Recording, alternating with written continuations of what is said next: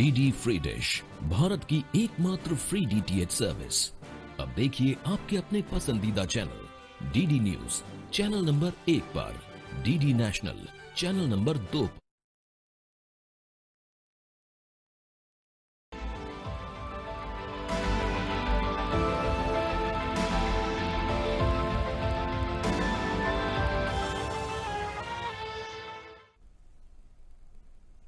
Namaskar and welcome to Dr. Speak. In the next 1 hour, our health experts will give responses to queries and doubts and questions on COVID-19. It's an hour-long program. It's a phone-in program. You can call us and ask your questions. Our phone numbers are flashing on the bottom of the screen. You can take them down. 011 is the Delhi code. The numbers are 233-87031 and 011. The second number is 2309-7655. We're also live on Facebook. You can visit our Facebook page, DD News Live, and there in the live program, you can put your questions in the comment section and we can take up those questions as well. And remember, each of your questions can help us all understand the challenge of COVID-19 better.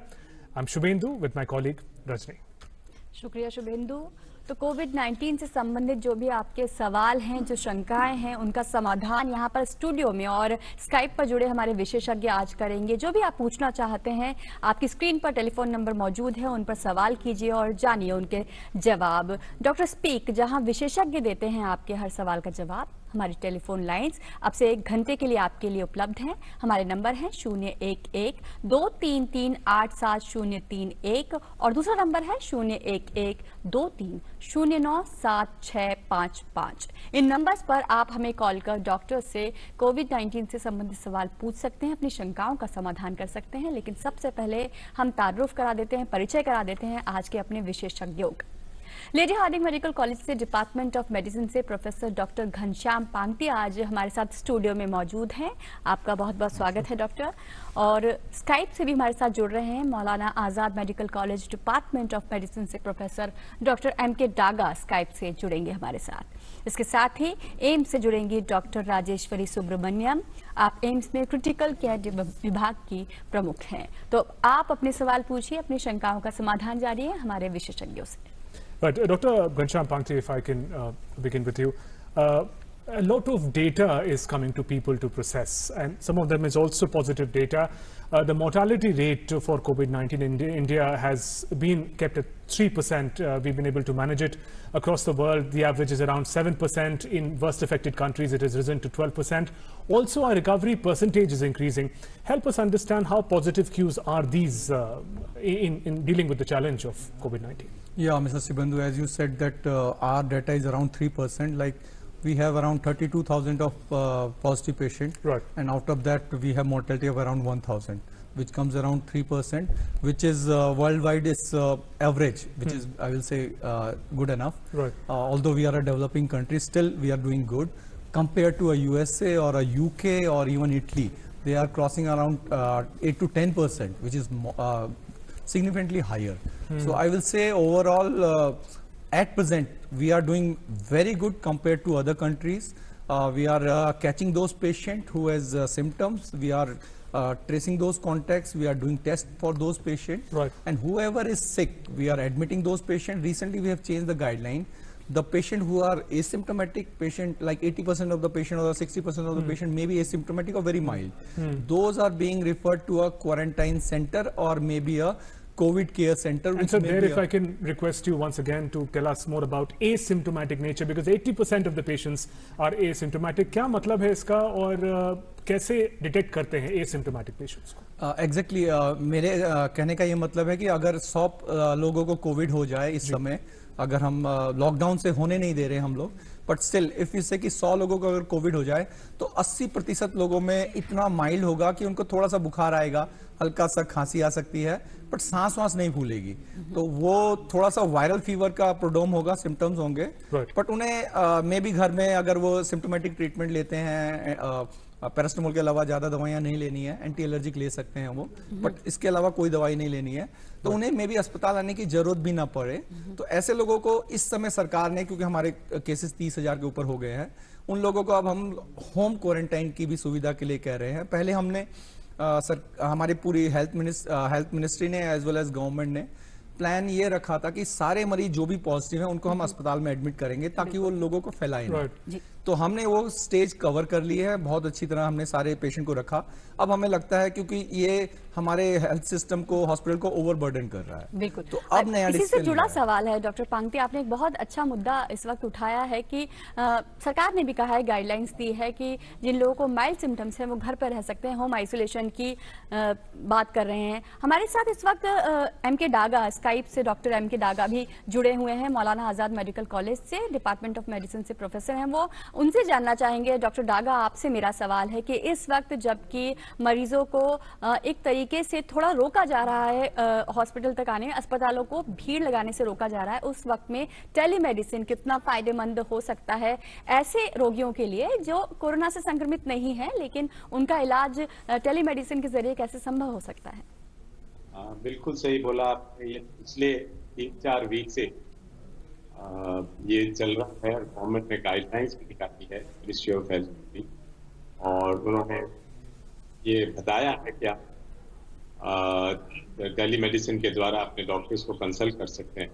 Delhi सरकार ने करीब 100 doctors का list भी दिया है, उनके number भी दिए हैं, सबको इन्फॉर्म किया है कि आप उन डॉक्टर से डायरेक्टली कम्युनिकेट कर सकते हैं और अपनी बीमारी के बारे में जो दवाई ले रहे हैं, जो आपको सिम्टम्स हैं, अगर कुछ है उसमें तो आप बात करिए, अपनी रिपोर्ट शेयर करिए और डॉक्टर आपको टेलीफोन पे या टेलीमेडिसिन के द्वारा ये एडवाइस करें।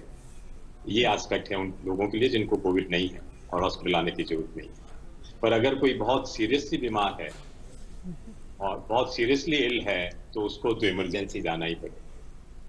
Right, Dr. Daga, we've seen in the past few weeks how tracking of COVID positive or potential patients is very important. Social tracking of such patients is important. In such a context, different innovations are taking place.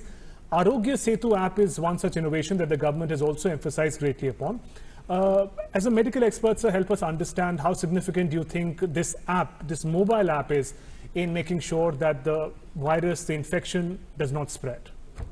बिल्कुल, ये भी एक अच्छा प्रयास है और बहुत से लोग इसको डाउनलोड भी कर रहे हैं। जी, करीब 60 मिलियन सर, अब फिगर हमारे पास है, करीब 60 मिलियन। जी, मैं रिक्वेस्ट करूंगा हर को, ये हेल्थ केयर वर्कर, हर कॉमन आदमी, आजकल सबके पास फोन हैं जिसमें आसानी से डाउनलोड किया जा सकता है। एंड्रॉयड है या एप्पल है, iOS सिस्टम है, आप उसको डाउनलोड करिए। उसमें आपको 1-2 चीज आपको अपना ब्लूटूथ ध्यान रखना पड़ेगा और ये ध्यान रखिए कि आप जब भी कोई ऐसी जगह से निकलेंगे जहाँ पे किसी को है कोविड तो आपको पता लग जाएगा। ये बहुत बुरे आपको अलर्ट भी आएगा। हाँ, हालांकि हो सकता है इसमें कभी कभी आप मिस कर ले क्योंकि थोड़े टाइम के लिए आएगा अलर्ट आपको, लेकिन ये बहुत अच्छा ऐप है और इससे हमारी जैसी जनसंख्या है उसमें आप जितना जल्दी ये पता लगा सके कि किसी को है और आप अपने आप को आइसोलेट कर सकें, आप उसके कांटेक्ट में आ गए हैं तो आप अपने डॉक्टर से सलाह कर सकें कि क्या करना चाहिए, ये बहुत जरूरी है। और इसमें मेरे को नहीं लगता है कि घबराने की जरूरत है कि इससे आपके कोई डेटा चले जाएंगे, ये भी एप्रीहेंशन है लोगों को। पर अभी जो हमारी सिचुएशन चल रही है, जो भी हम जिस क्राइसिस में हैं, उसमें ये बहुत जरूरी है। जी जी, डॉक्टर डागा, बहुत अच्छी बात कही आपने यहाँ पर कि यहाँ पर इस वक्त सकारात्मक रहना, पॉजिटिव रहना बेहद ज़रूरी है। डॉक्टर पांगती, आपके पास वापस लौटेंगे। बात अगर हम कर रहे हैं उन लक्षणों की जिनकी बात अभी शुभेंदु ने की थी, हमारे पास लगातार सवाल भी आ रहे हैं और वो सवाल ये जानना चाह रहे हैं, एयरबोर्न डिजीज़ के बारे में कहा जा रहा है कि हवा से फैल रहा है ये रोग। सबसे ज़्यादा सवाल यही पूछा जा रहा है कि हवा से ये कितना ज़्यादा फैल सकता है? डॉक्टर पांगती, ये सभी को शंका है कि ये कितना दूर तक फैलेगा। तो जो अभी तक लिटरेचर अवेलेबल है उसमें है कि ये ड्रॉपलेट इन्फेक्शन से फैलता है। तो 1 से 2 मीटर, मैक्सिमम 2 मीटर तक, जैसे कोई खांसता है, कोई जोर से छींक मारता है तो मुंह से ड्रॉपलेट्स या छींक से नोज से ड्रॉपलेट्स जाएंगे, वो 1-2 मीटर तक जाते हैं, वहां गिर सकते हैं। तो अगर उस डिस्टेंस में कोई दूसरा पर्सन वहां है तो उसको वो इन्फेक्शन हो सकता है। बट थोड़ा सा लिटरेचर जो थोड़ा सा क्वेरी आ रही है कि क्या ये हवा में फैल जाता है। Aerosol generation is a different thing. तो एरोसोल मतलब वो हवा में मिक्स हो गया। जैसे अगर आईसीयू में कोई पेशेंट है, आप उसे ट्रीट कर रहे हैं तो वो जब छींक मारेगा तो उस हवा में फैल जाए। तो एरोसोल इज टोटली डिफरेंट। इस पे थोड़ा बहुत डाटा आ रहा है कि हाँ, ये थोड़ा उस रूम में अगर आप नेबुलाइजेशन देते हैं अस्थमा पेशेंट को, सीओडी को, तो थोड़ा मिक्स हो सकता है। बट थोड़ी सी इसमें डिफरेंस ये है कि ये जो टेस्ट हमारे पास अभी अवेलेबल है पीसीआर टेस्ट, वो सिर्फ आरएनए टेस्ट करता है या उसका न्यूक्लियर मटेरियल टेस्ट करता है। तो ऐसा हो सकता है जो उन्होंने पिक किया है आरएनए, वो मरा हुआ वायरस भी हो सकता है। तो ये मरा हुआ वायरस और जिंदे वायरस को अभी हम टेस्ट नहीं कर पा रहे हैं, ये इस टेस्ट की लिमिटेशन है। बट ऐसा देखा गया है कि अगर किसी आईसीयू में या कहीं पर बहुत सारे मरीज हैं तो उसमें मे बी वो 2 मीटर से ज्यादा जगह पे भी कुछ वायरस के कण मिले हैं, but it's not proven that it is alive and it can infect the patient. So we should be, at present we are still saying it's a droplet infection. 2 metre का डिस्टेंस, 1 मीटर का distance mask पहन के is safe for people. तो हम अभी इतने में ही रहेंगे, ज्यादा पैनिक नहीं करना चाहते हैं। सो 1 से 2 मीटर में अगर दोनों व्यक्ति ने मास्क पहना हुआ है, सिंपल मास्क, सर्जिकल मास्क हो या फिर कपड़े वाला, तो आप कम से कम लगभग 99% इन्फेक्शन रोक सकते हैं। So we will say at present not much of aerosol dissemination, only in ICU setting. All right.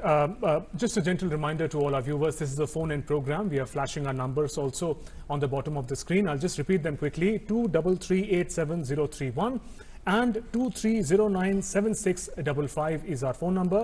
Also on Facebook and Twitter, you can post your question. One such question, in fact, has come on Twitter. Dr. Daga, I'll bring you this question.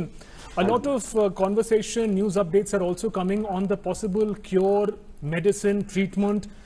We heard something about plasma therapy a few days ago, the significance of it, although ICMR has given a disclaimer regarding it also. There is also an American medicine, remdesivir, if I'm pronouncing it correctly. So a lot of names and medicines are being talked about. Help us understand what is the status. Has something successfully worked so far? देखिए, एक थोड़ी अच्छी खबर जो कल ही आई है जी, मैं पहले उससे शुरू करता हूँ। तो ये रेमडेसिविर जो कि इबोला बीमारी के लिए आई थी दवाई, उसका कुछ अच्छा रिजल्ट आया है। अभी करीब 390 पेशेंट्स में ये स्टडी हुई है, तो उसका डेफिनेटली थोड़ा अच्छा रिजल्ट आया है और 30% डिफरेंस है आउटकम में, जल्दी रिकवरी में। हालांकि ये अर्ली स्टेज है, लेकिन एक ही पॉजिटिव साइन जरूर अभी आया है। और I think hundreds of trials, बहुत सारी ट्रायल्स चल रही हैं। उन सब के रिजल्ट आने में अभी 2-3 महीने, 4 महीने लग सकते हैं। और जैसे प्लाज्मा थेरेपी की बात चल रही है, अब तो इंडिया में 8-10 सेंटर पे ये अलाउ हो गई है और लोग ट्राई कर रहे हैं, तो इसमें खराबी नहीं है। अगर आप प्लाज्मा देते हैं, किसी को अगर रिएक्शन नहीं है, आप टेस्ट करके देते हैं, तो अच्छी बात है और रिकवरी अच्छी हो सकती है। लेकिन अभी ये कहना कि plasma therapy is the cure, वो नहीं सही है। और कोई भी दवाई अभी ये हम नहीं कह सकते कि इसके लिए आई है। अगर जिस दिन कोई दवाई ऐसी आ जाती है जो ये कहे कि इस बीमारी को ठीक कर रही है, कम कर रही है, तो वो तो हमारे लिए सबके लिए एक बहुत अच्छा खबर होगी। तो अभी हमें देखना पड़ेगा। बहुत सारी दवाइयाँ, क्लोरोक्वीन, एजिथ्रोमाइसिन और एंटीवायरल ड्रग्स और इंटरफेरॉन, बहुत सारी दवाइयाँ चल रही है जी। पर अभी उनकी स्थिति अभी ट्रायल स्टेज में है। तो कुछ भी अभी मैं ये कहना चाहूंगा कि प्लाज्मा थेरेपी में जरूर जो लोगों को कोविड हुआ है और अगर वो दे सकते हैं अपना, तो जरूर आगे आए, क्योंकि आईसीएमआर की ट्रायल चल रही है बहुत जगह, और मदद करें आप। और अगर अच्छा रिजल्ट आता है तो अच्छी बात है, पर अभी उसके लिए कहना बहुत जल्दी होगा, इतना जल्दी हम कह नहीं सकते। तो प्लाज्मा थेरेपी को निश्चित रूप से लोग आशा भरी नजरों से इस वक्त देख रहे हैं कोविड के इलाज के लिए। हमारे साथ एम्स से डॉक्टर राजेश्वरी सुब्रमण्यम भी जुड़ी हुई हैं स्काइप से। बहुत बहुत स्वागत है आपका डॉक्टर। बात चल रही है कोविड-19 के संक्रमण के लक्षणों की बात चल रही थी, लेकिन साथ ही हम बातचीत कर रहे थे टेलीमेडिसिन की। आप क्रिटिकल केयर विभाग के प्रमुख हैं एम्स में, और हम आपसे जानना चाहेंगे कि कोविड से इतर जो बीमारियां इस वक्त जो मरीज गंभीर अवस्था में हैं, उनके इलाज में कैसे टेलीमेडिसिन जो है वो सहायक सिद्ध हो सकती है इस वक्त। आप में से कोविड के अलावा जो बीमारियां हैं उसके बारे में बात कर रही है ना? जी जी जी हाँ, ये आजकल एक बहुत बड़ा मसला बन गया, एक बहुत बड़ी मतलब इम्पोर्टेंट, इनफैक्ट नेशनल अर्जेंसी में बताऊंगी बन गया है। क्योंकि कोविड के रहते रहते एक तरह से जो बाकी मरीज हैं वो ऑलमोस्ट इग्नोर होने के स्टेज पे आप पहुंचे थे। आप लोगों ने न्यूज़पेपर में रेगुलरली पढ़ा होगा कि कौन किसी को डायलिसिस, किसी को और कुछ नहीं मिला। तो इधर एम्स में हम लोग उसका काफी हद तक समाधान ढूंढ रहे हैं, एक तो टेलीमेडिसिन से, और दूसरा हम लोगों ने एक सेग्रीगेशन टीम किया हुआ है। तो हम लोग क्या करते हैं कि हम लोग सारे मरीज, चाहे उनको जो भी बीमारी हो, वो हमारे इमरजेंसी में आते हैं, आ रहे हैं आजकल भी। और हमारा एक वार्ड है, 2 वार्ड है रादर, जहाँ पे हम उनको स्टेबलाइज करते हैं और उनको कोविड के लिए टेस्ट करते हैं। और जो कोविड पॉजिटिव हो उनको हम अलग करके, जिनको बाकी सीवियर बीमारी है उनका हम तुरंत उपचार करते हैं और उनका इलाज करते हैं। इसके अलावा ये रहे इमरजेंसी मरीज।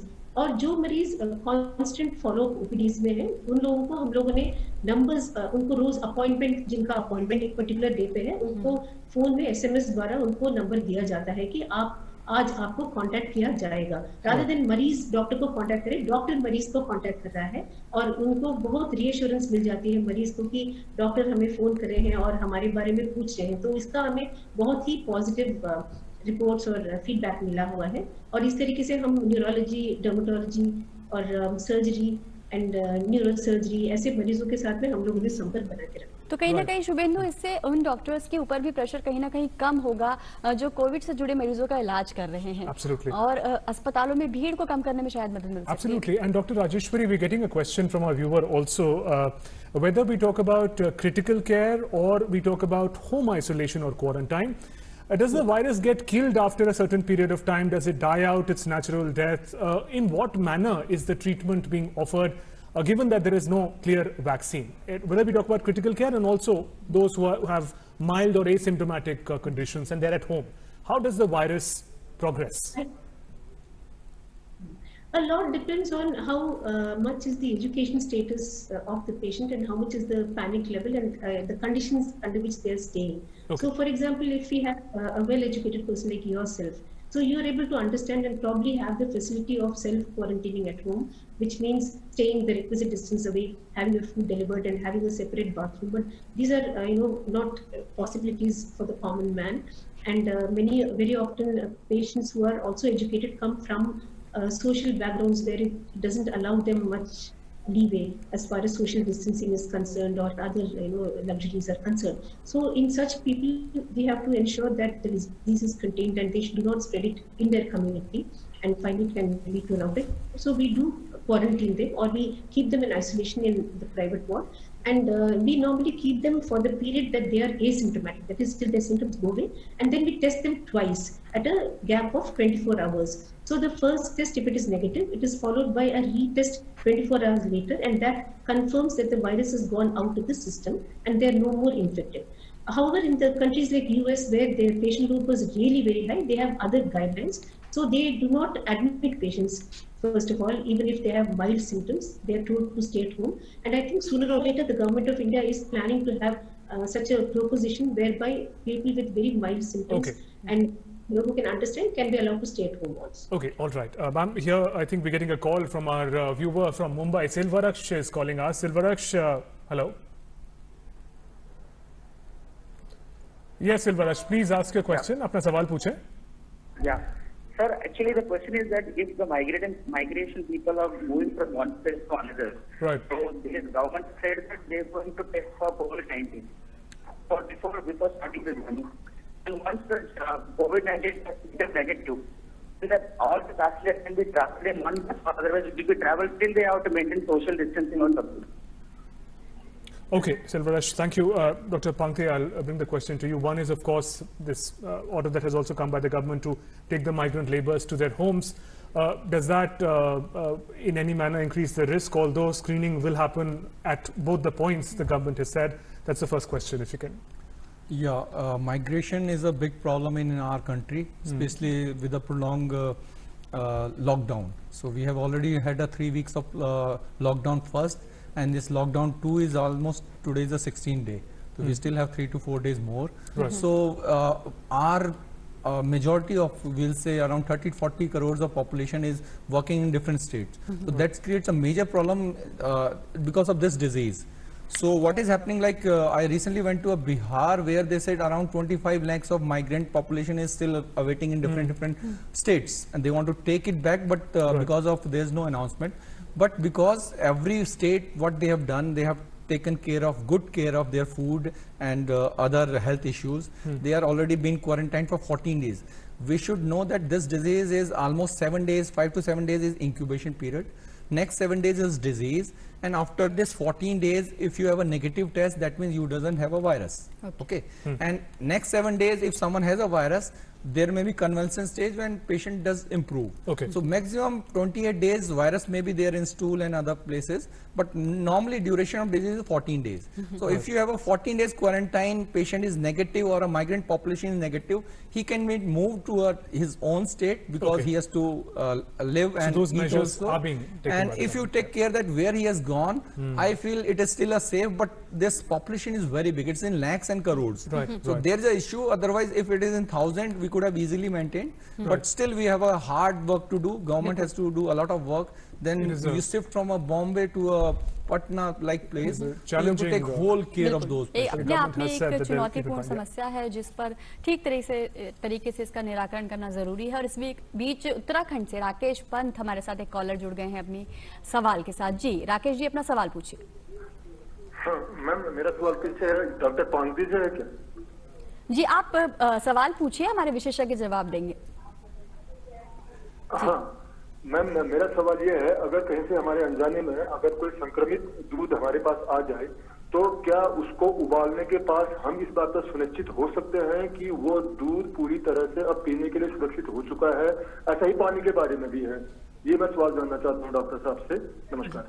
जी डॉक्टर पांगती, ये सवाल बार बार हमारे दर्शक और शंका उनके मन में बार बार ये आती है कि दूध को उबालने से, पानी को उबालने से क्या उसका संक्रमण चला जाता है? खाने पीने की चीजों में। या राकेश पंडित, आपका बिल्कुल जो शंका है जाहिर है। May be because I belong to Uttarakhand, that's why he may have asked to me to answer this. So बिल्कुल आप ठीक कह रहे हैं। अगर आप उसको बॉयल कर देते हैं, डाटा है, लिटरेचर है कि अगर इस वायरस को 70 डिग्री से ऊपर आप हीट कर दें तो ये वायरस मर जाता है। ठीक है, तो अगर आप बॉयल करके मिल्क पीते हैं तो आप बिल्कुल सेफ हैं। आप बिल्कुल बॉयल करके ही पीजिए। इंस्पाइट दैट जो कि आपका दूध पैस्चराइज मिल्क आता है, लेकिन बिकॉज उसमें काफी लोगों के हाथ टच हो जाते हैं प्लास्टिक की थैली में जब दूध आता है, बॉयल करके पियेंगे, इट्स सेफ। जी Right. Dr. Rajeshwari, if I can bring you in here, there was a second part to the question that came from Mumbai, and that was like 2 phases of the lockdown. The second phase is also coming towards its conclusion.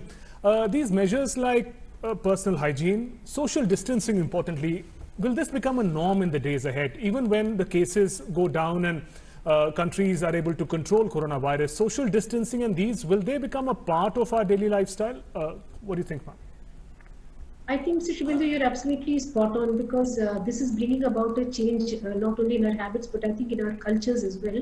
And one now, I think most of us have now started it as a habit. We all distance ourselves and we are ensure that our hands are clean. So it has brought about a change not only in our habits, but in our daily lives. And probably a year later, we'll say, oh no, he's got COVID, as if it's just one of those diseases. So if you remember that there was a time when HIV used to be looked upon as such a lot of dread, and any patient with HIV used to be treated with great respect and a lot of distance in the hospital. Now, if anybody has got HIV or even hepatitis, we take it in our stride and we observe all universal precautions and treat the person just as if he had any other disease. So in the similar way, COVID will also become, I think, a very common denizen. I mean, COVID is not going to go away; it is here to stay. But definitely it will not have those proportions which it's having today. And as you rightly said, it will bring about a lot of change in culture and our habits and social distancing. And I hope it is there to stay, because it will go a long way in mitigating a lot of suffering which can be prevented. तो बिल्कुल कोविड-19 के बाद, संक्रमण के बाद भी एक बड़ा बदलाव हम सभी के जीवन शैली में आने वाला, लाइफस्टाइल में आने वाला है। इस बीच हमारे साथ एक कॉलर जुड़ गए हैं, एचएस डोगरा जुड़ गए हैं दिल्ली से। जी डोगरा जी, अपना सवाल पूछिए। हेलो जी, अपना सवाल पूछिए। ऐसा है, मेरी बाईपास हुए आज 29 ईयर लगभग हो गए। ऑल इंडिया में मेरी हुई थी, और अब मेरा नाम एच डोगरा है। मेरी बाईपास हुए, मेरे 91 में बाईपास हुई थी। अब मैं थोड़ा सा अनईजी फील कर रहा हूँ। मेरा यहाँ 3rd फ्लोर जी में रहता हूँ। आज तक मेरी कोई दिक्कत नहीं थी, अब थोड़ी सी अनईजी फील हो रही है, 1-1.5 साल से। डॉक्टर डागा, हाँ जी, हाँ जी। डॉक्टर डागा, अगर आप सवाल ठीक तरीके से सुन पा रहे हैं तो इनके सवाल का जवाब। मैं सुन लिया है इनको। आई थिंक 91 में इनकी बाईपास सर्जरी हुई थी हार्ट की। और अभी ये कह रहे हैं 1-1.5 साल से इनको थोड़ा अनइजीनेस हो रहा है। तो पहला तो मेरा ये कहना है कि आपने जरूर अपने किसी फिजिशियन को, कार्डियोलॉजिस्ट को कंसल्ट किया होगा। और अगर नहीं किया है और अनइजीनेस आपका बढ़ रहा है तो आप जरूर इमरजेंसी में जा सकते हैं अपना कुछ इन्वेस्टिगेशन कराने, या अपने डॉक्टर से बात कर सकते हैं। अपनी दवाई आप अगर नहीं ले रहे हैं तो वो लेते रहिए। कोई ऐसे घबराने की जरूरत नहीं। हाँ, पर जरूर ये जरूरत है कि आपको ये बताना पड़ेगा कि आपको क्या हो रहा है एग्जैक्टली, और आप संपर्क कर सकते हैं डॉक्टर से। जी, अगले कॉलर हमारे साथ जुड़ चुके हैं। जसवंत यादव पंजाब से फोन पर हैं। जसवंत जी, स्वागत है आपका। जी सर। जी जसवंत, अपना सवाल पूछें। सर, जो ये कोविड-19 का सिम्टम है सब नॉर्मल जुकाम बुखार की तरह होता है या कुछ और सिम्टम होता है इसका? जी, अच्छा, ये सिम्टम्स की बात हम लोग कर रहे हैं। Doctor Pangti, again fever and common cold specially during this time of season change is nothing new. तो is every fever, every episode of common cold could be a symptom? How do we see it? जी शुभेंदु, इसी से जुड़ा हुआ एक सवाल है। Collar ने भी पूछा था कि सीजनल जो खांसी होती है वो कोविड की खांसी से कैसे डिफरेंट है, मतलब कैसे हम ये पता लगाएं कि हमारी खांसी इस वक्त जो है वो अलग है? बिल्कुल, ये जो कोविड के मेन सिम्टम जो कि शुरू में बताए गए थे और सबने देखे, पिछले 4 महीने हो गए लगभग। पहला केस जो 31 दिसंबर में आया था, आज 30 अप्रैल हो गया है। तो सबसे इम्पॉर्टेंट 3 सिम्टम्स आते हैं, जिसमें कि एक है कि कफ है और ब्रेथलेसनेस है, और तीसरा आपका रहता है कि मे बी गले में खराश या फिर सोर थ्रोट हो सकता है। तो इसमें कई बार बड़ा ही मुश्किल है कि ये सोर थ्रोट कॉमन कोल्ड की वजह से है या फिर ये जो कफ है वो आपका कोविड की वजह से है। तो डिफरेंस करने का पहले जो हमने देखे हैं, ये यूजली जो कफ हो रहा है वो ब्रोंकियल्स इन्वॉल्वमेंट या लंग इन्वॉल्वमेंट की वजह से होता है। तो इसमें यूजली ड्राई कफ रहती है, चेस्ट में टाइटनेस रहती है और सांस फूलना, शरीर नीला पड़ जाना, ये सारे सिम्टम्स होते हैं। जबकि ये 3 में से अगर 2 सिम्टम्स एक साथ आ रहे हैं तो ये वार्निंग साइन हो गए। तो जैसे किसी को कफ हो रहा है, single symptom is not important. कफ के साथ सांस फूल रही है, ब्रेथलेसनेस है, इट इज वेरी अलार्मिंग। अगर किसी को कफ है, कफ के साथ फीवर हो रहा है high grade, third symptoms is fever, high grade fever हो रहा है, 101 से ऊपर है, अगर ये कॉम्बिनेशन आ जाता है तो it's very high chances that it may be a Covid. तो जब भी इनमें से 3 में से 2 या तीनों सिम्टम्स हैं, हम बोलेंगे इसको कोविड हो सकता है। Although history is important. अगर उसकी किसी कोविड मरीज के आसपास से उसको कांटेक्ट है, उसका ट्रैवल हिस्ट्री है, बिकॉज अभी भी हम स्टेज 2 और कुछ लिमिटेड ट्रांसमिशन की स्टेज में है, तो अगर ऐसा कोई एक्सपोजर है, अगर कंप्लीटली लॉकडाउन में वो घर में है तो बहुत अनलाइकली चांसेस है। बट सोर थ्रोट थोड़ा कम होता है, गीला बलगम कहते हैं, वो थोड़ा कम होता है इसमें। बट एक चीज मैं ऐड करना चाहूंगा कि अब पिछले 2-3 दिन में CDC अमेरिका ने कुछ 6 सिम्टम्स और ऐड कर दिए हैं इसमें, जो कि उन्होंने अपने जो इस समय सबसे ज्यादा पेशेंट जो कोविड के देखे गए हैं अमेरिका में देखे गए हैं, उनके यहाँ 12 लाख पेशेंट हो चुके हैं, जिसमें कि 50,000 से ज्यादा की डेथ हो चुकी है। तो उन्होंने जो 6 सिम्टम्स ऐड किए हैं, फीवर, कफ और ब्रेथलेसनेस के अलावा, उसमें सबसे इंपॉर्टेंट रहेगा जैसे कि हेडेक, परसिस्टेंट हेडेक होना, चिल्स आना, ठंड लग के कपकपी आना, चिल्स विद राइगर्स, ये तीसरा सिम्टम्स रहेगा। चौथा एक बड़ा ही डिफरेंट सा सिम्टम्स है, टेस्ट और आपको स्मेल गायब हो जाती है। आप फूड को किसी को स्मेल करते तो आपको स्मेल ठीक से नहीं आती, आप खाते हैं तो आपको टेस्ट नहीं आता। तो एनोस्मिया और टेस्ट सेंसेशन का चेंज हो जाना या बिल्कुल गायब हो जाना, ये एक डिफरेंट सिम्टम्स है जो कि कोविड के मरीजों में आजकल देखा जा रहा है। और इसके अलावा मेरे ख्याल से सोर थ्रोट भी इन्होंने ऐड कर दिया है, जो कि हमारे बिकॉज वेदर चेंज हो रहा है, आजकल बहुत ज्यादा बारिश हो रही है, अचानक से गर्मी हो जाती है, तो सोर थ्रोट थोड़ा सा भारत के संदर्भ में, क्योंकि हमारी पॉपुलेशन बहुत ज्यादा है, तो हमारे यहाँ डॉक्टर बेटर है उसको एनालाइज कर लें। अगर किसी में भी 2 कॉम्बिनेशन सिम्टम्स है, आपको हेडेक हो रहा है, आपको कॉम्बिनेशन में कॉन्टैक्ट हिस्ट्री है, उनका टेस्ट करना जरूरी है। तो उसमें आप हेल्पलाइन नंबर यूज कीजिए 1075, आप उसमें कॉल कीजिए, आपको पूरे कोविड के बारे में अपने हिस्ट्री सिम्टम्स दे सकते हैं और वो आपको बताएंगे कि आपको कहां पर टेस्ट करना है, आपके नियरेस्ट सेंटर कहां है, आपको क्या प्रोसीजर फॉलो करना है और टेस्ट के लिए आप इंडिकेटेड है या नहीं है। Mahesh is joining us on phone from Indore. Mahesh ji, welcome to the show, आपका सवाल। मेरा सवाल है कि मैं डायबिटिक हूँ, इंसुलिन टेकर हूँ जी और मैं 3 टाइम्स इंसुलिन लेता हूँ, जब भी खाता हूँ इंसुलिन लेना पड़ता है।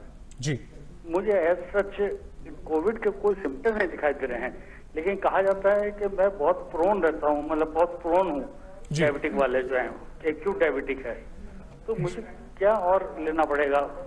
जी डॉक्टर डागा, ये सवाल आपके पास लाना चाहेंगे। डायबिटिक हैं, इंसुलिन भी लेते हैं, वनरेबल तो हैं, लेकिन क्या कर सकते हैं कि ये सुरक्षित रहें? देखिए, आपको कोई घबराने की जरूरत नहीं है। सबसे पहले अगर आपका डायबिटीज कंट्रोल अच्छा है तो आपको कोई इतना घबराने की जरूरत नहीं है, और जैसे दूसरे लोग इसमें बचाव कर रहे हैं वो बहुत जरूरी है। आप डिस्टेंसिंग रखिए, मास्क पहनिए अगर आप बाहर जाते हैं तो, और आपको पता लगता है कि किसी को इस तरह के सिम्टम्स हैं, किसी कांटेक्ट में आए तो आप दूर रहिए, और अच्छा खाना खाइए, एक्सरसाइज करिए और डायबिटीज को कंट्रोल में रखिए। कोई दवाई इसके लिए नहीं है और दवाई लेने की जरूरत भी नहीं है, बस यही सारी चीजें आपको करनी पड़ेगी। जी मैं थोड़ा सा कुछ ऐड करना चाहती थी, कैन आई? जी प्लीज मैम। जी हाँ, actually this was in connection with the symptoms which Dr. Punky had outlined very nicely.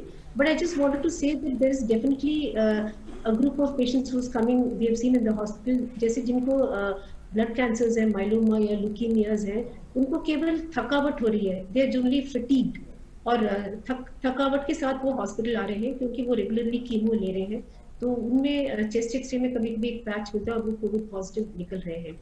ये और जो डायलिसिस पे है, रेगुलर डायलिसिस पे, हम एटलीस्ट एम्स में हमने देखा है कि वो एक स्पेशल ग्रुप है जिनमें कोविड की मात्रा डेफिनेटली ज्यादा हो रही है कॉमन लोगों के देखते, एंड उन लोगों को ये क्लासिक सिम्टम्स एक भी नहीं हो रहे हैं, तो वो हमें थोड़ा कंसर्न और थोड़ा आश्चर्य दोनों ही मिलके हो रहा है। That means we have to be really very very careful and watchful. तो I would say that any patient who is chronically on treatment for, जिसको हम लोग इम्यूनो कॉम्प्रोमाइज बोलते हैं, जो कीमोथेरेपी ले रहे हैं या जो डायलिसिस के मरीज हैं, उन लोगों को अपने कोई भी सिम्टम पे बहुत ध्यान देना चाहिए। अगर उनको केवल थकावट या बॉडी एक या ऐसे भी नॉर्मल से थोड़ा ज्यादा लग रहा है, तभी वो हॉस्पिटल की तरफ उन्हें आना चाहिए। जी मैं भी इसमें कहना चाहूंगा कि बिल्कुल ठीक बोल रही है डॉक्टर राजेश्वरी, और जो भी इम्यूनो कॉम्प्रोमाइज है, अगर उसको केवल ऐसा थकावट ही महसूस हो रही है या बॉडी एक्स हो रहे हैं, कोई फीवर नहीं, कोई गला खराब नहीं, खांसी भी नहीं, फिर भी ये हो सकता है। और मैं बिल्कुल सहमत हूँ इस बात से कि आपको ये भी एक देखना पड़ेगा इस ग्रुप ऑफ पेशेंट्स में जो कि इम्यूनो कॉम्प्रोमाइज्ड है क्रोनिक डिजीजेस। जी बड़ा ही अहम ये मुद्दा है, ये समझना इस वक्त पर कि जो बाकी मरीज हैं। डॉक्टर पंक्ति, आपसे यही सवाल है कि जो हाई रिस्क ग्रुप में जो पेशेंट्स आ रहे हैं, जो मरीज आ रहे हैं, जो इन खबरों को सुनकर बेवजह तो नहीं कहेंगे लेकिन परेशान हो रहे हैं और उसकी वजह से अस्पताल जा रहे हैं, क्या कोई तरीका है उसको रोकने का? मैडम, पहले मैं डॉक्टर राजेश्वरी के उसमें थोड़ा सा ऐड करना मैं भी चाहूँगा। मैडम ने जैसे बोला है कि कुछ पेशेंट जैसे कि सीकेडी या डायलिसिस पे हैं, वो काफ़ी लोग आ रहे हैं जिनके पॉजिटिव कोविड टेस्ट भी आ रहे हैं और उनकी वजह से कुछ डॉक्टरों को, हेल्थ केयर वर्कर को कोविड स्प्रेड हो गया है। सिमिलरली कीमोथेरेपी, तो सरकार ने और जो गाइडलाइन बनाई है उसमें क्लियर कट है, अगर किसी को ब्रेथलेसनेस है, जिसको सांस फूल रही है, एक्सरे में पैच है, उसका कोविड टेस्ट करना कंपलसरी है, और खासकर वो एडमिट हो जाए तो उसको हम एक टर्म यूज करते हैं सारी, SARI, severe acute respiratory infection, तो वो उस कैटेगरी में आ जाता है। उस पेशेंट का करना बहुत ही कंपलसरी है कि वो टेस्ट करा जाए। अगर वो पॉजिटिव है तो उसको पूरा ही सारी की तरह ट्रीट करें, उसको ARDS with severe form of, आप कोविड कह सकते हैं, उसकी तरह ट्रीट करना है। तो मिस नहीं करना है सारी को, और सबको टेस्ट करना है। अगर हम ये सारी को पिक कर लें, बिकॉज जो मोर्टेलिटी हो रही है, मैं एक बार फिर से दर्शकों को ये ध्यान में लाना चाहूँगा, 80 से 90% लोगों को कुछ नहीं होगा, 10% को मे बी ICU में एडमिशन की जरूरत पड़े, और 3% 4% को जानलेवा या वेंटिलेटर की जरूरत पड़ती है। तो ये सारी वाले पेशेंट ही हैं जो 3 से 5% में आते हैं। अगर हम ठीक से उनको पिक कर लें, उनके टेस्ट कर लें, तो हम उनको सेव कर सकते हैं और टाइम पे उन्हें ICU केयर दे सकते हैं। All right, Nageshwar is joining us from Himachal Pradesh, Mandi. Nageshwar जी, आपका सवाल। नमस्कार सर। नमस्कार सर, हिमाचल प्रदेश के सरकाघाट मंडी से नागेंद्र सिंह नेगी बोल रहा हूँ सर। जी सर, मेरा सवाल ये है कि हिमाचल, हमारे यहाँ पर अभी भी बारिश हुई, तो हर तीसरे चौथे दिन बारिश हो रही है, और टेम्परेचर जो है वो 20, 25 और 27 और 30 के बीच में रह रहा है। जी जी जी। तो सर, ये कहते हैं कि ये टेम्परेचर जो है 27 और 30 के बीच में, तो ये इसको कोविड को फैलने के लिए बहुत ज्यादा सहयोग देता है। तो ये हिमाचल में तो ये मौसम चेंज होने पे वायरल फ्लू और इन्फ्लुएंजा ये अक्सर होता रहता है। एक सर मैंने पहले भी बात की थी कि ये जो हमारे यहाँ पर बैट ब्राउन जो है, ये जो ब्राउन बैट जो है, ये बहुत ज्यादा तादाद में है सरका घाट में। तो जी नागेंद्र जी, आपका सवाल समझ गए हम। डॉक्टर डागा से पूछते हैं, sir although we have spread awareness, WHO की भी गाइडलाइंस है कि मौसम का और टेम्परेचर का ऐसा प्रभाव नहीं है वायरस के ऊपर। ठंडी जगह पर भी है, बारिश वाली जगह पर भी है, गर्म जगह पर भी है, ट्रॉपिकल एरियाज में भी है। फिर भी ये सवाल एक बार ले लेते हैं डॉक्टर डागा। बारिश हो रही है हिमाचल में, काफी ठंड है, कोई पर्टिकुलर टेम्परेचर जहां ये वायरस ज्यादा फैल सकता है क्या? मौसम से कोई रिलेशन है क्या? देखिए, ये बात तो बार बार देखी जा रही है, करी भी जा रही है, और जरूर उससे थोड़ा फर्क पड़ता है, पर जैसा सब जगह हो रहा है वैसा ही वहां पे भी होने वाला है। इससे किस तरह के घबराने की जरूरत नहीं है आपको, पर आपको जो बचाव बताए गए हैं, और अगर आपको कोई ऐसे सिम्टम्स होते हैं, आपको अगर ऐसे कोई आते हैं आपके सिम्टम्स को अपना है, तो आप जरूर टेस्ट कराइए, कांटेक्ट करिए अगर जरूरत है तो, और जरूरत है तो टेस्ट भी कराइए। लेकिन जो दूसरा प्रश्न आप कह रहे हैं कि यहाँ पे बहुत सारी बैट्स हैं और उनसे, तो उनसे आपको फैलने का कोई डर नहीं है। बैट्स के कारण आपको किसी तरह से ये बीमारी ऐसे फैलने वाली नहीं है, क्योंकि अभी ये नहीं सिद्ध हुआ है कि बैट से ह्यूमन बीइंग में कैसे गई। डायरेक्टली बैट से ह्यूमन बीइंग में ये नहीं गई है, कुछ और भी कारण हो सकता है जी। तो बहुत सारे मिथ्स भी हैं जिनको दूर किया जाना जरूरी है, और बहुत सारी चीजें हैं जिन पर शोध और रिसर्च इस वक्त चल रही है। कुछ भी निश्चित तौर पर कह पाना इस वक्त मुश्किल है कोविड-19 संक्रमण को लेकर। डॉक्टर राजेश्वरी, आपके पास चलेंगे। बात इस वक्त इम्यूनिटी की भी बहुत ज्यादा हो रही है। कुछ लोग कह रहे हैं हमारी इम्यूनिटी बड़ी स्ट्रांग है, हम बाहर जा सकते हैं या फिर हम बच सकते हैं इस संक्रमण से। इस इम्यूनिटी को लेकर किस तरीके से तस्वीर साफ की जाए? हम जो साउथ ईस्ट एशिया में जनरली ये पाया गया है कि जो इन्फेक्शन है वो, उसका जो सिवियरिटी भी कम लग रहा है, और जितने नंबर्स फैले थे यूएस और यूरोप के कंट्रीज में, उसके मुकाबले में हम लोगों में स्प्रेड भी थोड़ा कम लग रहा है। हालांकि उसके कई मेजर्स भी रिस्पॉन्सिबल है, लॉकडाउन वगैरह, बट डेफिनेटली उस पर थोड़ा बहुत चर्चा जरूर हो रही है मेडिकल वर्ल्ड में। एक तो बात है कि शायद जो हम लोग को बीसीजी वैक्सीनेशन मैंडेटरी वे में बचपन में, आई थिंक हम सभी को मोर देन 90% जो आज के लिए सबको लगा हुआ है, वो शायद हमें कुछ तरह की इम्यूनिटी दे रहा हो। इस पर अभी भी चर्चा और बहुत ही विवाद हो रहा है, बिकॉज फ्रांस वगैरह में ये सोच रहे हैं कि हम लोग अभी ना किसी को बीसीजी वैक्सीन दे दें, तो वो एक वजह हो सकती है। एंड इसके अलावा वो क्यों धीरे से स्प्रेड हो रहा है, वो अभी भी मतलब किसी को ज्यादा एक्चुअली उसमें बारे में समझ में नहीं आ रहा कि हमारी इम्यूनिटी वाकई में ज्यादा है। बट ये हमें जरूर याद रखना चाहिए कि एक नया इन्फेक्शन है, और नए इन्फेक्शन में किसी को सेल्फ इम्यूनिटी का कोई सवाल ही नहीं पैदा होता। एक नया इन्फेक्शन तो इन्फेक्शन होता है, तो किसी के पास भी इनबिल्ट इम्यूनिटी नहीं है फॉर द इन्फेक्शन। लेकिन उस इन्फेक्शन को किस तरीके से, एक बार होगा तो सिम्टम्स होंगे या नहीं होंगे, और एसिम्प्टोमेटिक कैरियर्स होंगे, वो सिम्टम्स को लेते हुए चलेंगे। इनकी तादाद भी बहुत ज्यादा है हमारे पॉपुलेशन में, बट हमारे पास उस डिजीज के लिए कोई रेडीमेड इम्यूनिटी अभी नहीं है बिल्कुल। तो बीसीजी की वजह से कोई इनडायरेक्ट इम्यूनिटी आ रहा है, चाहे वो हमारी जो इम्यूनिटी बढ़ाने वाले सेल्स को वो बढ़ा के रखा हुआ है उससे पहले से ही टी सेल्स, तो ये आजकल एक चर्चा का विषय बना हुआ है। Right, we have another caller. Dharmveer हमसे जुड़ चुके हैं दिल्ली से। धर्मवीर, अपना सवाल पूछें, स्वागत है आपका। धर्मवीर जी, मेरी आवाज पहुंच रही है आप तक? चलिए, धर्मवीर जी का फोन कट गया है, आगे बढ़ते हैं। Doctor Pangti, one of the questions that came online on Facebook is we know in about 3 days' time, the second phase of lockdown will also conclude, and we'll know before that what the decision of the government is. What does the medical fraternity think about it? How do you see the impact of the 2 phases of lockdown that happened? Some data did come that if there was no lockdown, would have been many more cases than what we are seeing. How do the doctors, how does the medical fraternity see the impact and the significance of the lockdown, if you think it should be extended? Yeah, we have 2 lockdowns, like first 21 days, next is almost 90 days, almost 40 days. So I personally feel, and I think similarly for our medical fraternity, this lockdown was very, very successful. If you can see that same time we started around 31st of January, first case. If you compare with European countries, even America and all, number of cases we have is just 32,000 around. You see America, they have crossed around 12 lakhs.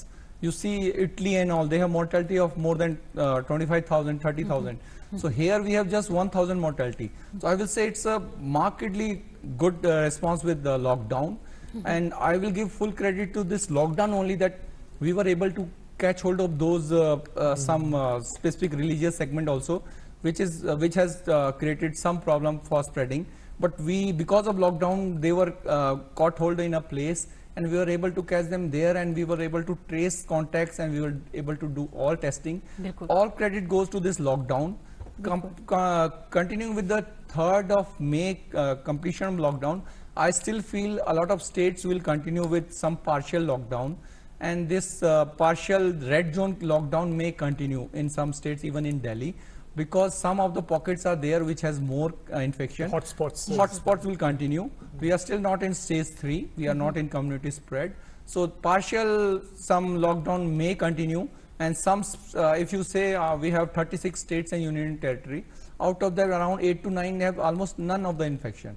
So these states may be released totally. They can work at least in their boundaries, and in other states we should work partially so that people can still do their activities, they can still be alive, and they don't get problem because of non-COVID things. They should not because of their job, because of economy. We should take care overall health. Health is a overall issue, not only health. So we should take off everything in connection with this. So I still feel that after 3rd, some state will go on with partial lockdown, other may be released. और lockdown के जो भी नियम है अगर बढ़ता है तो उसका पालन करना बेहद जरूरी है, क्योंकि अभी भी कुछ चीजें अभी तक जो निश्चित तौर पर उनके लिए तस्वीर साफ नहीं है, तो इंतजार हम सभी को करना होगा। इस बीच एक कॉलर हैं कोलकाता से हमारे साथ जुड़ गए हैं, सुखबेंद्र चक्रवर्ती हैं, वो हमारे साथ जुड़ गए हैं। जी अपना सवाल पूछिए। सर नमस्ते। नमस्ते मैम। नमस्ते जी, स्वागत है आपका सुखेंद्र जी। जी सवाल पूछा। हाँ सर, मेरा वाइफ जो है वो आपका स्क्लेरोडर्मा का पेशेंट है। वो ऑटो इम्यूनिटी सिस्टम, जिसमें इम्यूनिटी सिस्टम कम करने का दवाई ले रही है, तो हम बहुत शंका में है इसमें क्या उसका एक्स्ट्रा कुछ प्रिकॉशन लेना है या कोई दूसरा कुछ मेडिसिन लेना है, थोड़ा सा बताइए काइंडली। डॉक्टर डागा। या मैंने सुन लिया सवाल। देखिए वो ये उसी कैटेगरी में आते हैं, इनकी थोड़ा दवाई जो ले रहे हैं जिससे इम्यूनिटी कम होती है इनकी बीमारी के लिए, तो इनको थोड़ा ज़्यादा रिस्क होता है। लेकिन आपको ये समझना पड़ेगा कि रिस्क तभी होगा जब आप कोई कांटेक्ट में आएंगे या आपको कुछ एक्सपोजर होता है।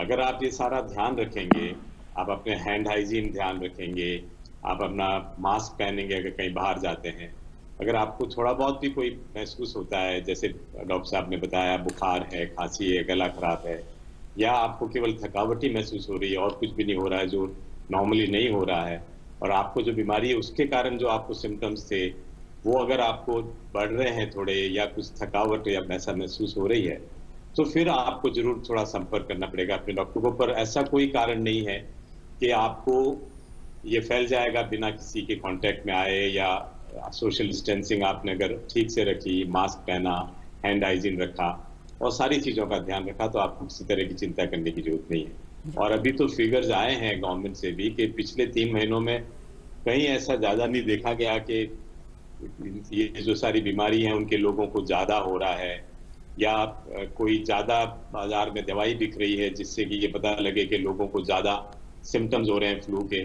तो ये भी बताता है कि अभी भी हम इसको कंट्रोल कर पाए और आपको भी किसी तरह की घबराने की जरूरत नहीं। Right. Dr. Pangti, if you can take a question that came online to us, again related to food products. This person is asking about buying vegetables from areas perhaps where some cases have been spotted. Delhi's Azadpur is what this person has mentioned, but this applies to, I think, other places, similar places also. So if you're buying vegetables, some vegetables we also eat raw, like salad and all, what kind of precautions should one intake? Because these are absolutely essential. Yeah, this is very valid question that when you go to a market, you buy some vegetables and all, although these most of the whatever food supply is coming, vegetables and all, this is coming from the mandi, Azad market and maybe other very congested areas. But when you buy a vegetable, you will buy from a local vendor. So it's not you will go to Azad market and all. So whenever you buy vegetables and all, you should follow the simple hygiene things, like you have to go there, maintain social distancing, and when you come back, you wash your hands and feet, you wash your vegetables also, and don't touch face or mouth area when you are going to a market. That will save you. And similarly, when you use, there's a small risk, maybe as people say, when you use currency and all, because you are not going to use digital things. But still, when you go there, you use a mask, use social distancing, have a sanitizer with you. When you come back, wash vegetable as well as your hands and all. Don't touch face and mouth. You will be very safe with that. जी, तो जो हम कर सकते हैं इस वक्त संक्रमण से बचने के लिए, वो निश्चित तौर पर हमें करना ही चाहिए। इस बीच एक और कॉलर है मुंबई से, मनोज यादव जुड़ गए हैं। मनोज, स्वागत है आपका, अपना सवाल पूछिए। मुझे दो सवाल है। पहला है कि वाटर प्यूरिफायर का जो पानी आता है, is it safe to drink और should be further boil it? Second question, we have seen cases of कोविड-19 without any symptoms, so is there anything that we can try out at home? Like in yoga they say if you hold your breath for 1 minute and you do not cough, then you are good. Doctor Rajeshwari या doctor Daga, आप जवाब दे सकते हैं। I think water purifier से जो आ रहा है वो बिल्कुल ठीक है, उसमें कोई घबराने की जरूरत नहीं, आपको उसको बॉईल करने की जरूरत नहीं है। और दूसरा, पानी से ये बीमारी फैल रही है, ये नहीं है जी, अगर नहीं है ये, तो आपको इस तरह से घबराने की जरूरत नहीं है। आपका पानी साफ है, आप आराम से उसका इस्तेमाल कर सकते हैं।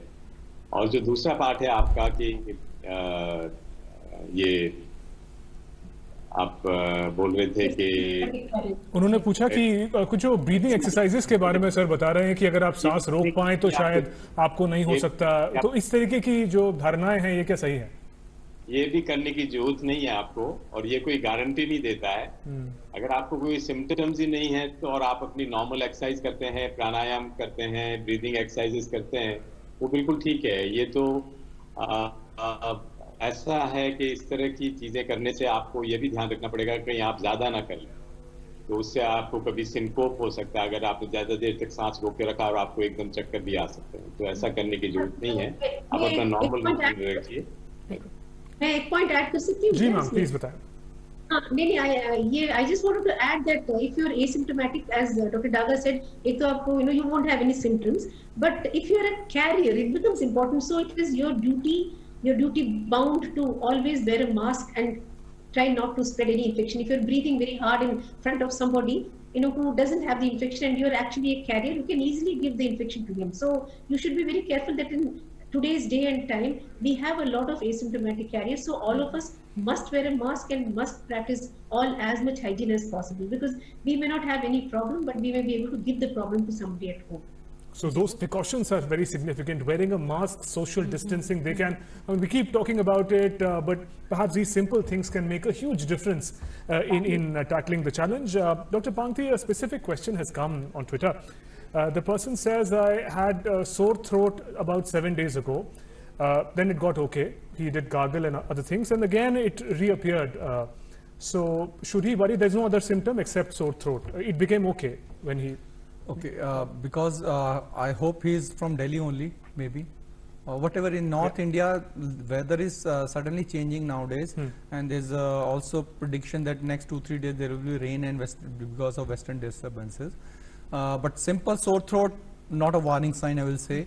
Even if we go for a classical or a typical COVID signs, doesn't fit into fever, doesn't fit into cough, and doesn't fit into breathlessness. If we take 3 symptoms, most important symptom will be a breathlessness. अगर किसी को सांस फूल रही है, शरीर नीला पड़ रहा है, और वो थोड़ा चलने में इतना चेस्ट हैवीनेस या चेस्ट टाइटनेस फील हो रही है, that will be the major symptoms. और यूजली ये सिम्टम्स जैसे 7 दिन के बाद जैसे इनको आ रहा है और उसके बाद दोबारा है, तो simple sore throat it will be a very less likely, so it doesn't need to worry. If it is combined with a fever, high grade fever, or maybe breathlessness, then he should worry. Other viral prodrome like he developed myalgia, muscle में pen होता है बहुत जबरदस्त, headache होने लग गया, या किसी को रिसेंटली एक्सपोजर हुआ है, तब इसको टेंशन लेने की जरूरत है, या थोड़ा सा इसको चेक करना है कि क्या मुझे टेस्ट की जरूरत है.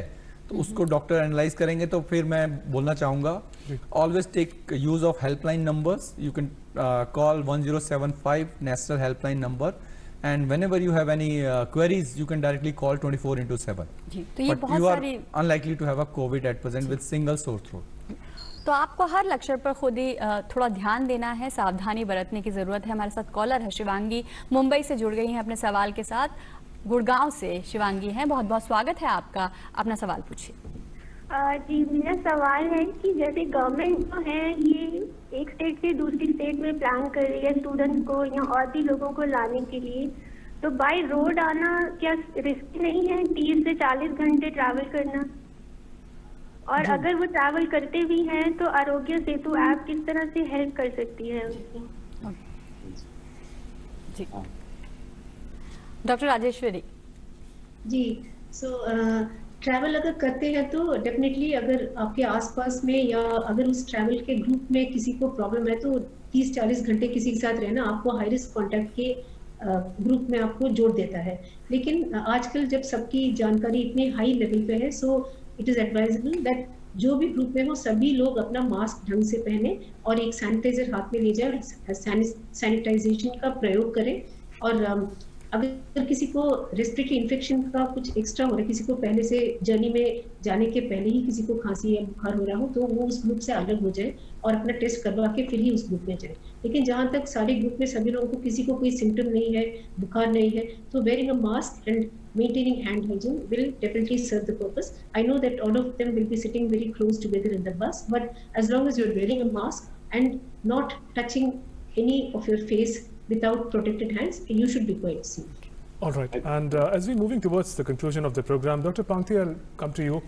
Now, we are all indebted to the medical fraternity for them taking on the challenge of COVID-19 on the forefronts. But how do you deal with the challenge of stigma? We see doctors being attacked when they're going to test people. We see people when they have to cremate a person who's died, unfortunately.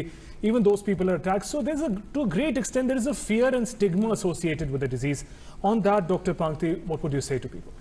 बिल्कुल शिवेंदु जी, ये stigma जो कि है हमारे यहाँ पर मरीजों के ट्रीटमेंट में बहुत मेजर प्रॉब्लम क्रिएट कर रहा है। हमें इस पे ध्यान देना पड़ेगा कि ये एक तरह का इन्फेक्शन है जो किसी को भी हो सकता है।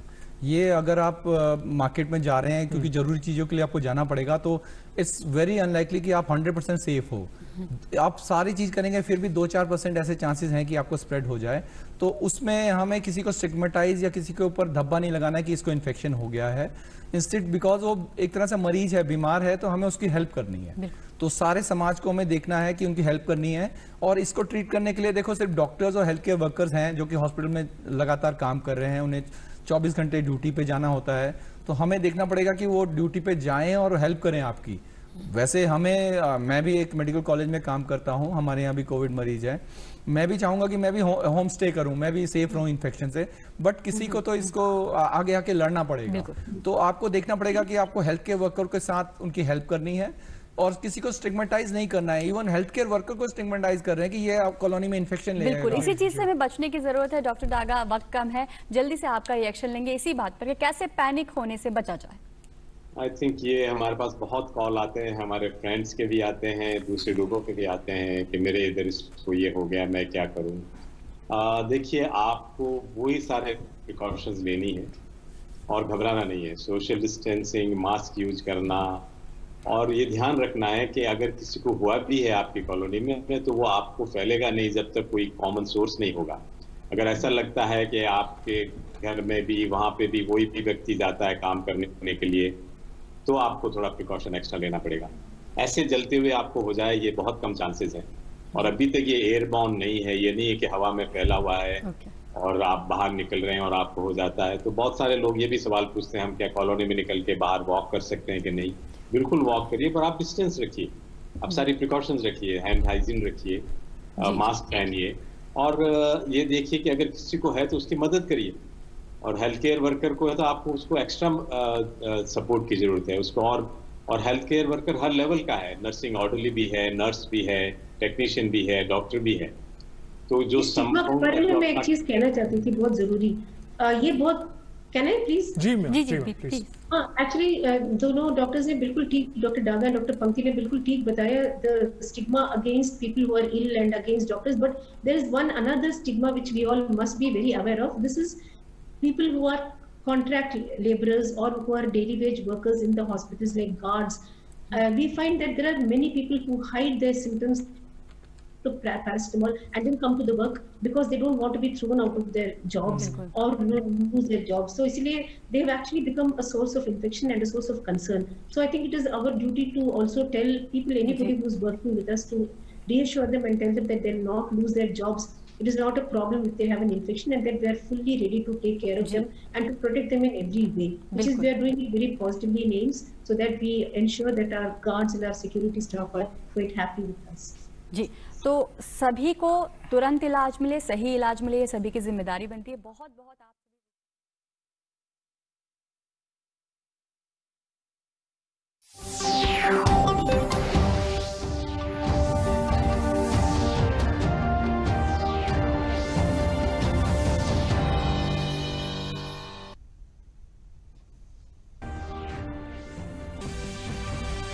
बॉलीवुड के जाने माने अभिनेता ऋषि कपूर का आज मुंबई में एचएन अस्पताल में निधन। ऋषि कपूर पिछले 2 वर्षों से ब्लड कैंसर की बीमारी से ग्रसित थे। प्रधानमंत्री मोदी और सूचना प्रसारण मंत्री प्रकाश जावड़ेकर ने ट्वीट कर दी श्रद्धांजलि।